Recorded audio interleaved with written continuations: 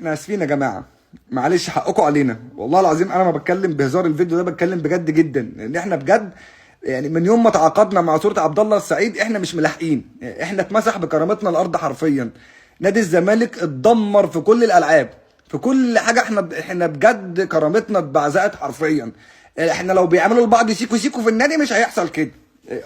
الا يعني انا مش عارف اجيبها لكم ازاي. احنا غضب ربنا علينا نفاق كل الحدود، احنا ربنا مش مسهلها لنا في اي حاجه. وفي نفس الوقت الناحيه الثانيه النادي الاهلي بسم الله ما شاء الله قطر ما بيقفش، قطر ما بيقفش.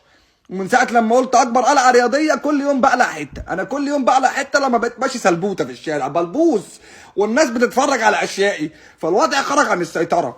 احنا اسفين للنادي الاهلي والجمهور النادي الاهلي والكابتن محمود الخطيب. ده احنا نروح نبوس راس كابتن محمود الخطيب في مكتبه ونقول له ارحمنا، ارحمنا بجد اقسم بالله. انا مش عارف اضحك ومش عارف اهزر. انا حاسس ان انا حاجه يعني في نصيبه احنا عملناها، انا مش عارف.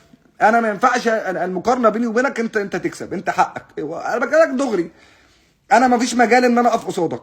انا لو انت اعتبرتني المنافس بتاعك، يعني انت اعتبرته الزمالك منافس، يبقى انتوا على راسنا من فوق يا جماعه. انتوا نجملكم ده على راسنا والله، لان احنا بالوضع اللي احنا فيه ده احنا اتهنا في كل حاجه، في كل حاجه، على ايدك وعلى ايد غيرك.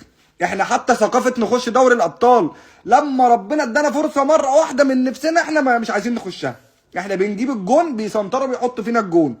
يعني انت مهما انت عملت الموضوع بسم الله ما شاء الله. في نفس الوقت الناحيه الثانيه انت طريقك سالك، خمسات وثلاثات وكل سنتين تاخد لك بطولتين افريقيا وتريح سنه وتاخد بطولتين افريقيا. انت الدنيا سالكه معاك، واحنا في حاجه غلط بتحصل في النادي، في حاجه غلط، في سيكو سيكو بيحصل، في قله ادب بتحصل في النادي، في غضب ربنا نزل علينا. يعني تقريبا بيلعبوا صلح في مكتب الاداره عندنا، حسين زبيب مع احمد بتنجان واحمد ميزو، كل واحد بيشمع الفتله ويرزع التاني كف. ما نعرفش بقى بيرزعوا الكف منين، بس هو في حاجه غلط قسما برب العزه، في حاجه غلط، لان انا مش لاقي تفسير.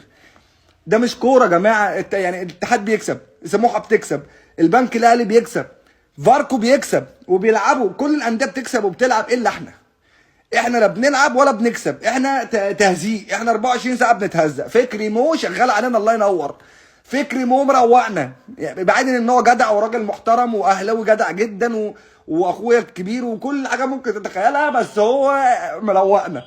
فكري عامل معانا الصح، فاحنا مش مستحملين. يعني احنا كفايه علينا النادي الاهلي، بيطلع لنا بقى ابناء النادي الاهلي فكري وغير فكري، وبقى انت هتشوف بقى بلاوي البهز بيه بقى، ويا لهوي هاتك على اللي فاتك.